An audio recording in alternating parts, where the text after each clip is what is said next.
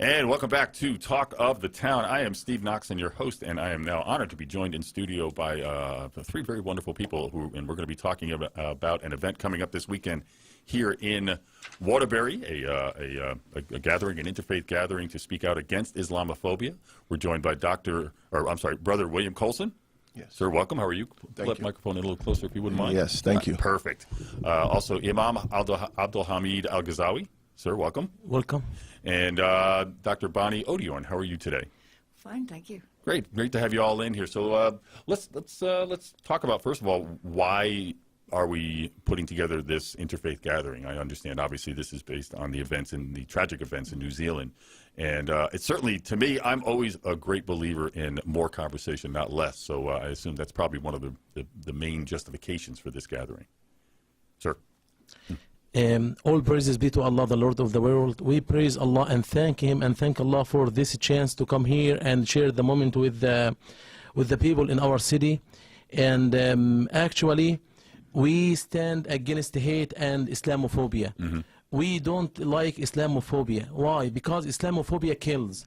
Few days ago, we opened our eyes. We woke up on a massacre. It was in New Zealand, and the most safe country all over the world. It's so sad to see people have been killed for their religion.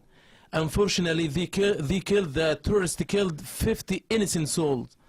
They were doing the best practices. They were acting the best of worship.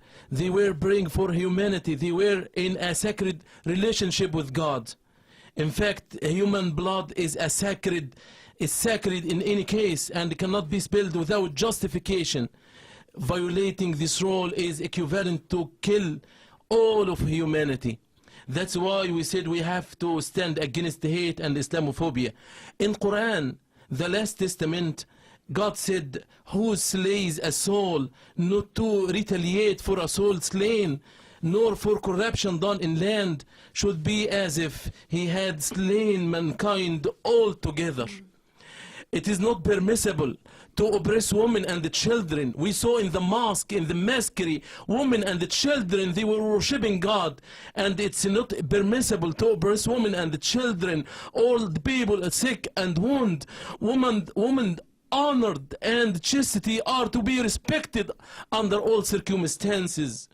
The hungry must be fed. The naked clothed, and the wounded and the deceased given medical treatment, regardless of their race, regardless of their pro or anti-Muslims sentiments and activities. In Islam, all of us belong to one God. God said, you belong to Allah, and to Allah we shall return. Islam also stated on the security of life. That's why we have to come together to have a common ground in the society. We came to confirm for our listeners that Islam stated on the security of life and property. In the Prophet's address during the last final pilgrimage, the Prophet said, your lives and properties are forbidden to one another till you meet your Lord on the day of resurrection. He also said, one who kills a man under a covenant, I mean a non-Muslim citizen in a Muslim land, will not even smell the fragrance of paradise. Because all of us honored, all of us belong to Allah, all of us came from the same family, from the same root, from Adam and Eve. Why we have this hatred? Why we have this Islamophobia? Islamophobia kills. Islamophobia kills even innocent people. And protection of honor, it must exist. I believe we came to a bloody page of the history. When you see people killed for their religion, you can worship any God you want. You can worship Allah if you want. God has supreme, absolute power. He did not enforce anyone to accept the religion. It's up to you. Yeah, and I find, I mean, your thoughts are certainly well received, because I find the fact that, you know, people can't have these conversations without bringing that hatred, that whataboutism, that, okay, well, this is happening, so therefore this is happening, this is justified because of this. None of this is justified. All of it is based on hatred and ignorance. And we have to have these conversations. We have to be talking to people. We have to recognize that, look, I come at this, you're a man of faith, you're a man of faith, you're a woman of faith. I don't have I'm not a member of any organized religion whatsoever. And I think all four of us can kind of come together and agree that any of this hatred, any of this just horrific violence that we're visiting upon each other across the world in the name of religion or hatred of religion is vile. And it's only by having these conversations that it actually can end. Brother Colson, I would like to get your thoughts on this. You and obviously the Imam and Dr. Odion have worked together on putting together this gathering? Yes, I was invited, thank you, I was invited into this gathering by one of our members of our community to come and talk about, the hatred, the need for coming together, the need for unity, the need to be, kind of proactive. When we talk about being proactive in our communities, we're talking about having a concern for one another. And when you have a lack of concern for one another, these kind of things begin to breed. And, let's face it, in our country, we've been dealing with hatred, and we've been dealing with racism, we've been dealing with all these issues for a long time. So the more that we come together, the more that we see our similarities as opposed to our differences, the more we can start to, educate people, dispel some of the mistaken beliefs that people have about Islam, about culture, about race. And so the more that we can do these things, unfortunately, it's not until something like this that happens a week or so ago in New Zealand that we come together. Yeah. But we need to be doing this as just part of our culture, part of our community. Our neighbors have rights upon us. You know what I mean? So if we understand that statement, because we also are neighbors. Right, yeah. So if we understand that statement, then everybody will be trying to do their best to be kind to one another, to embrace one another, to be proactive and have a concern and leave our communities and our cities and our countries in a better position than when we found them. Yeah. So that's why we're doing something like this. And change starts from the bottom. It never starts from the top. If you look at history, change has always started from the bottom. Yep. And you mentioned, you said education and ignorance. And I mean, that's something that I espouse on the show all the time. It comes from a place of ignorance. It comes from a lack of understanding. Yes.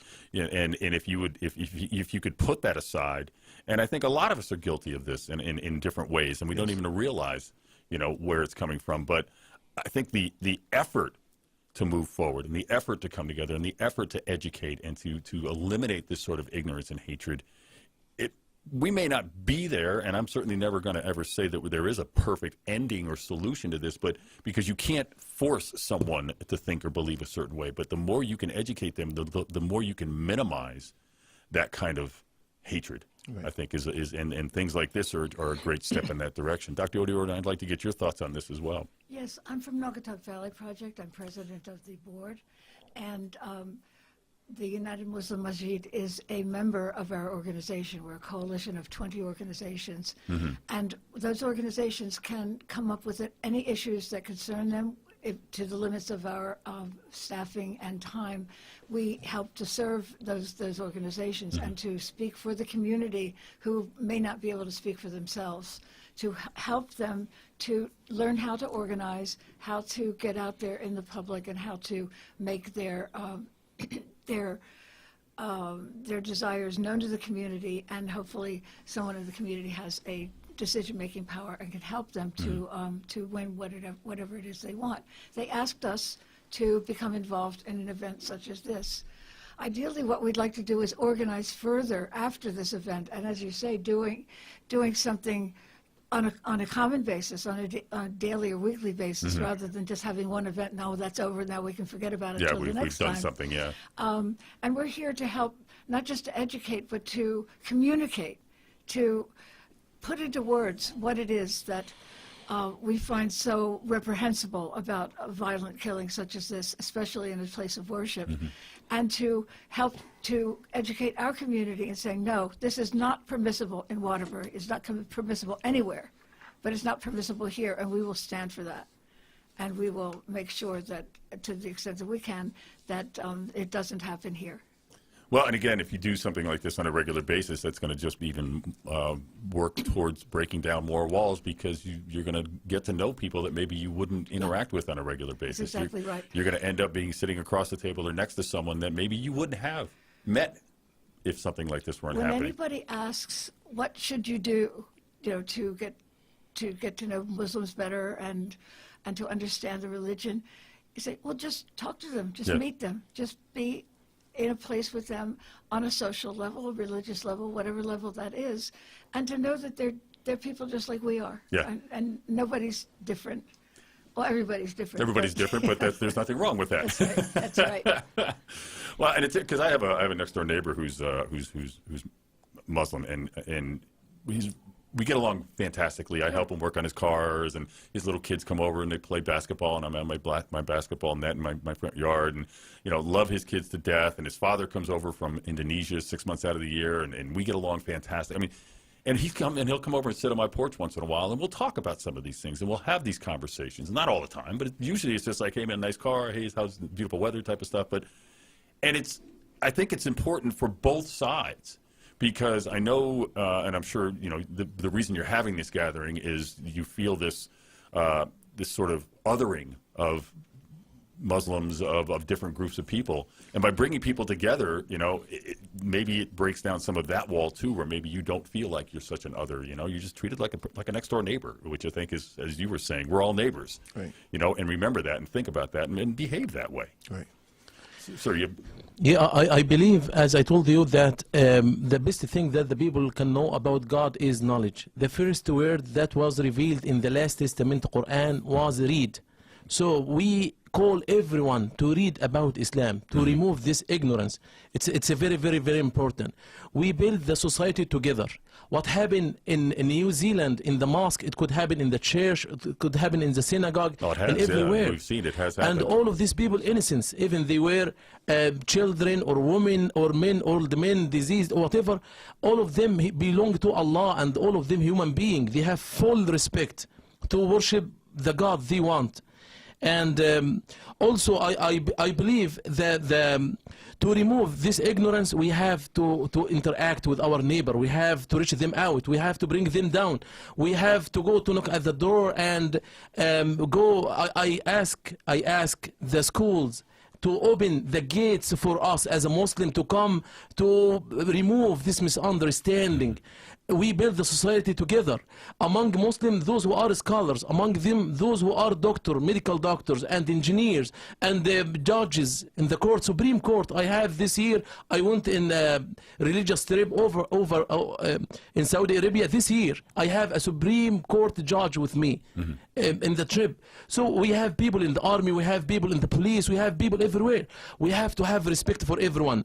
Also in the Quran, when you read about the Quran, God said, فَإِذَا دَخَلْتُمْ بُيُوتًا فَسَلِّمُوا عَلَى أَنفُسِكُمْ. When you enter any house, send salutation upon yourself. What does it mean? It's supposed to find someone inside the house. So I have to send salutation upon him, or I have to greet him. But God said through the royal way, فَسَلِّمُوا عَلَى أَنفُسِكُمْ. Send salutation upon yourself. Because we believe as a Muslim, the one inside the house, even non-Muslim, is one of me. It's mine. It's me. We all belong to Adam and Eve. We came from the same family, from the same root. When the Prophet saw a Jewish lady, she was in Janazah funeral. People carry her, and the Prophet stand up. The companion of the Prophet said, "What are you doing, O Rasulullah? What are you doing, O Prophet? This is a Jewish." The Prophet said, "It is not a soul. It is not a soul. We have to respect every soul. Every soul. This is our mission. We have to come together again." Well, and again, that's got to, I would imagine, go a long way towards fighting back on some of this, the radicalism, the hatred, all of these people who are misrepresenting the words that we're talking about here today. And that, I believe, is a huge part of all of this. That's all what many people see.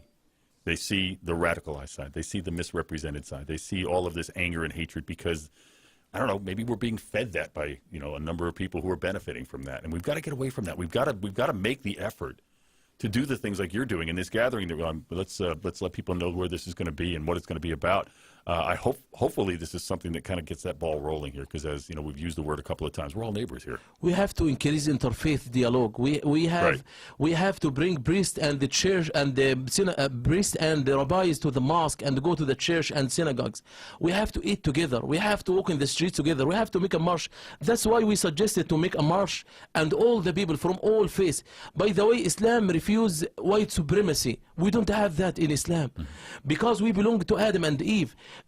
I believe, as the Prophet said in the last pilgrimage, there is no favor for the black over white, or white over black, except by piousness. I believe God created us different in ethnicity, different in color, in language, and all of this to show His majesty. He has full power. He can create the tall and the short, the thin and the fat, and also the black and white. We are like a bunch of flower. A bunch of flower. So it's so beautiful to find the white flower, the pink flower, blue flower, and much more beautiful are all of them together. Together. Brother Colson, tell us about this event that's coming up this weekend. Where is it going to be held? What time? The event is coming up. It's called Stand Against Hate and Islamophobia. It will be on Saturday, March 30th, from 6 p.m. to 7:30. The location will be at the United Muslim Mosque at 132 Prospect Street, Waterbury, Connecticut. For more information, you can contact Brother Fad Syed. His number is 203-509-9007, and that's this coming Saturday. That's tomorrow. Tomorrow. Well, yes. There we go. From 6 to 7:30 what day of the week p.m. it is. And what can people expect to see and experience and hear at this meeting? I assume there's going to be a number of people giving speeches and speaking and. Yeah, I mean, I think there's going to be a number of people coming together for a common cause. There's going to be a host of speakers at this event. Some of the speakers on the list will be a brother from the United Muslim Masjid, Brother Fahad. There also will be a sister, Jajada Jackson, from the NAACP Youth chairperson. There also will be Dr. Colleen Keys from the Muslim Coalition of Connecticut. Dr. Bonnie O will be there from the Naugatuck Valley Project. He won't even try. Brother Gerard Ashraf will be there from the Waterbury Islamic Cultural Center. And there will be a state representative, I believe Janano Riaz will be there, representing the Hispanic community. And there will be a Brother Manji, I think it is Manji Dawoodi from the United Voices of American Program Director. So there'll be a host of speakers there, and I'm sure they'll all be talking about, coming together to kind of, stand up against, hate. The sweatshirt I have on, it says, injustice anywhere is injustice everywhere. And that was stated by Dr. Martin Luther King. And that's what we're really talking about here, is an injustice. Yeah, well, and if we don't stand up for injustice as a united front, then the next target, the next victim, the ignorance will continue to go on, and it will affect us all. Yeah, and you stated again perfectly, it's ignorance. And I think that events like this, and if Dr. Odiorn, if we can continue to do this more and more, as I said, it's going to go a long way toward breaking down these walls. Absolutely. There was a time when someone asked us, are you, the Naugatuck Valley Project, one of the most diverse organizations in the city? And I had to think about it. I said, I think we are. Many different faiths, races, ethnicities, a wide variety of membership. And when I heard the Imam talking about all the flowers, I was kind of thinking about us. And when we have our annual fundraising dinner, we see everyone stand up and be glad that we're there. And to see all of that variety, see all of these people coming together who may not have anything in common really, but have in common the desire for community justice. Yep. And that's why we're there. We're there to come together and to make sure that our community knows that there are people in the community who refuse to accept the ignorance, who refuse to accept the violence and the hatred, and that it's just not civilized. It's not. It's not what we aspire to be as a society. It's not what we want to do in a community where everyone should feel safe and should feel that they belong. Well, I applaud your efforts on this, and I really do hope that this goes gets the ball rolling. It's an abject shame that we have to have an event like what happened at Christchurch in New Zealand to get the ball rolling on something like this, and hopefully this is something that can continue. Imam, you've got something else you'd like to add? Yes, I just again I wanted to confirm for the audience that we came to the bloody page of the history, and we have to work on justice. And I would like to tell all of you that there is a great and strong link between peace and justice. Peace and justice, like two wings for a bird, cannot fly with one. It seems like two sides of the same coin. So if you are looking for peace, you have to have justice. We have to look for the people around us. And by the way, peace is the core of Islam. The message of Islam in brief is three things: peace, submission, and purity. And the meaning is, if you are looking for the core of Islam, if you want to have peace, you have to have peace through submission. You have to submit yourself to the will of God. Mm-hmm. The meaning is, if you just follow the teachings of the heaven, you will be guided. You will have peace in this earth. Allah created us different, and He created evil and good. And He said in the Quran, we made you for each other a trial. So you can see people, they reach high level of evil, like the guy who killed the people in the massacre in New Zealand. And also you see some people, they have good inside them, like there's a strong guy who came in the second mosque behind the shooter and tried to hold him back, and he saved another 50 souls. Yep. So you have the different level of good and the level of bad, and we have to increase the level of good and spread the word out. And thank you for allowing me. Thank you, sir, for coming in. Thank you, Brother Colson. I appreciate your time here today. And again, I wish you great success with this effort. And again, it's again a shame that it takes these kind of events to sort of provide the impetus for something like this. But I think it's also wonderful that you've used this as an opportunity for good and for a positive message. So again, continued success.